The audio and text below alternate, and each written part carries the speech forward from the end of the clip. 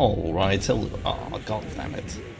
Alright, hello everyone, my name is Shep, welcome back to the Butcher Circus, this time for real, since I don't really know what happened in the previous intro, but my opponent just left, and yeah. Well, today I'm playing with a new background, and with a very cool team as well, which is quite fitting. So, Shepherd Doggy, what are you playing with today? Who made this background? Who made this absolute piece of art? Well, it is someone that I am 99% sure that you are familiar with, which was Omnipeasant. Omnipeasant actually ended up making this very cool background for the Butcher Circus. So, if you don't know Omnipeasant, then shame on you. How can you not know Omnipeasant at this stage? And if you really don't know him, then I'll drop a link to his videos in the description. He makes a lot of very great Darkest Dungeon edits. Some of them shitposts, some of them not so much, but very iconic videos for the community, which I very much love. So today I'm playing with a team that is fitting to this background. We have the Plague Doctor here, we have the FLAGELLANT of course, and we have the Grave Robber. I have decided to not use her blonde skin. I genuinely prefer the what do you call it, the brunette skin on her, the number 4 palette. I honestly just like it more, so yeah, that's my personal preference. Not that I don't like blonde hair, I just think the brunette style looks a little bit better on the Grave Robber. So yeah, I'm playing against what is Zida's stress comp, so this is the Crusader stress, very powerful stress team. It's gonna output a lot of stress against my side, and sadly I don't have the repulse here to kind of try and fight it. So what I'm essentially predicting that will happen in this match is that I should be weaker on the offense than my opponent throughout the first few rounds, but later down the match I will start winning because I have a FLAGELLANT Conduit of Absolution and I have a Man-at-Arms with Numbing Incense as well as Bolster, so my characters will try to stay alive that way. Well, speaking of trying to stay alive, I managed to get us a very surprising dodge there on the Man-at-Arms, which I'm very happy about. I'm quite surprised my opponent didn't drop the command buff, considering they had the chance to. Neither the command buff nor the bolster. I think the command buff would have been smarter. You have a doggy, he does have attack whistle, so it kind of makes sense that you could get away with not using the command buff, but honestly against 49 dodge here and the minimum of like 10 on the other characters, yeah, there it goes. Oh no, it's actually a bolster, yeah, so you might actually get a few misses here, which I'm very happy about. Even though the doggy does have attack whistle on Monkey's Paw, he only has an extra 20 accuracy for the Harry, so it might not work. It might indeed not work, which is most definitely what I'm hoping for. Well, I'm also hoping to apply a few more blights here. Actually, with the Volatile Concoction and the Hazard Mask, not only can I pretty much not miss, I mean, against this it's possible to miss, but I cannot fail the blights against such a poor backline in terms of resistances. Of course, my opponent, despite not going for command buffs, has already gotten 2 crits this match, so that's definitely unfortunate. I would even be daring enough to say that's a lack of justice, but as I say that, I also haven't dropped command buffs, and I also got 2 crits with my FLAGELLANT, so is there really no justice in this world? I'll leave that down to you, dear Anon. Well, here goes the Houndzeri, gets 1 miss, which is definitely something I'm very happy about. I'm surprised that he doesn't try to go for a heal here, it means that I'm definitely gonna go for the Death Store check by the start of next round, so I will drop a command buff here to make sure that I do not miss this Houndmaster, because he does have 40 dodge. That's nothing to scoff at. 40 is pretty much Jester dodge, so I'm pretty sure I don't have a confirmed hit chance. Thankfully here we don't get brought down to 0 HP immediately, which I don't really mind being at 0 HP, but I don't want it to happen immediately because I still want to use my actions to go for the death blow here.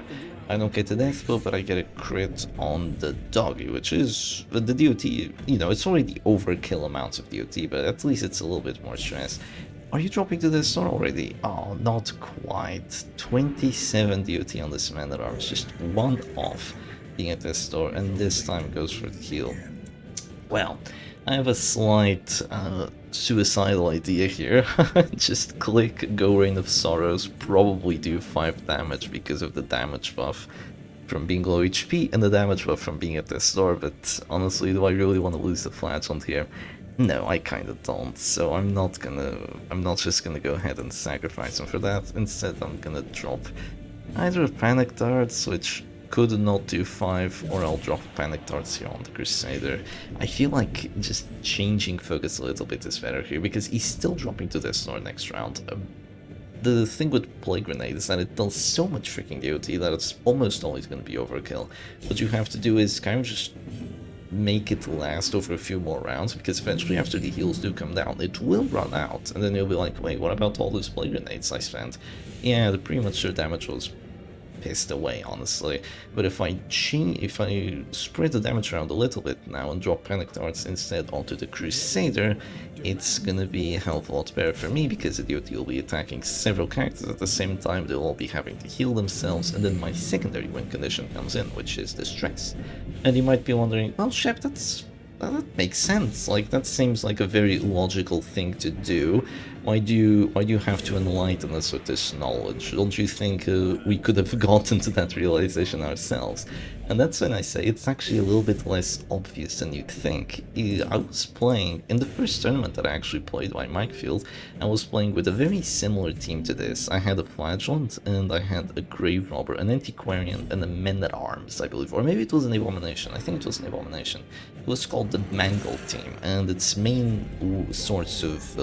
its main win condition was doing a lot of stress output, and I just looked at these abilities. I looked at Rain of Stars and I was like, oh my god, it does so much freaking damage to the enemy characters, so much freaking DOT. If I just keep spamming it, they'll eventually die, right? And I ended up kind of losing the match because I dropped too many Rain of Sorrows on the enemy backline instead of changing the pressure around to go for the front line. And even the commentators noticed that.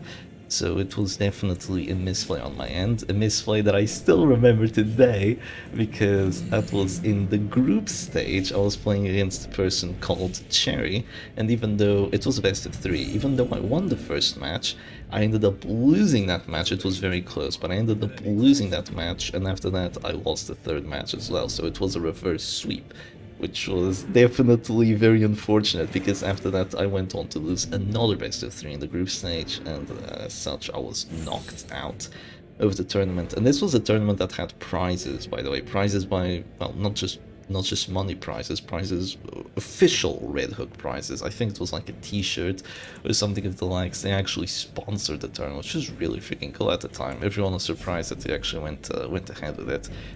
But sadly they haven't done anything of the likes since, but you know, maybe in the future, now that there's a Flagellant in DD2, maybe the Butcher's Circus will come shortly, right? No, definitely not shortly, but eventually I do believe there will be a Butcher's Circus in Darkest Dungeon too.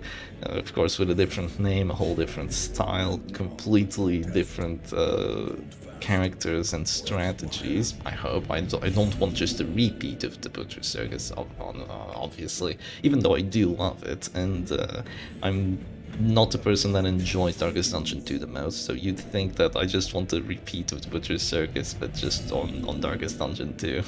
But no, I would like a slightly different game, but still with the same soul of the Butcher Circus, which is picking the teams that get counterpicked the least, picking the teams that have the best chance of victory, no matter the matchup, playing them to the best of your ability, and even though you play perfectly, or what you think is perfectly, you still lose because the RNG just exists, right? That is the essence of the Butcher Circus. But you also have the other side of the coin, which is no matter how bad the situation is, well, most of the time, no matter how bad the situation is, you can always turn it around and always have a little bit of hope that you can still win the match. It's definitely it's a flawed game, you could say, because of the RNG. It's not perfect, because, you know, if it was a perfect game, it would be like chess, there's no RNG, right?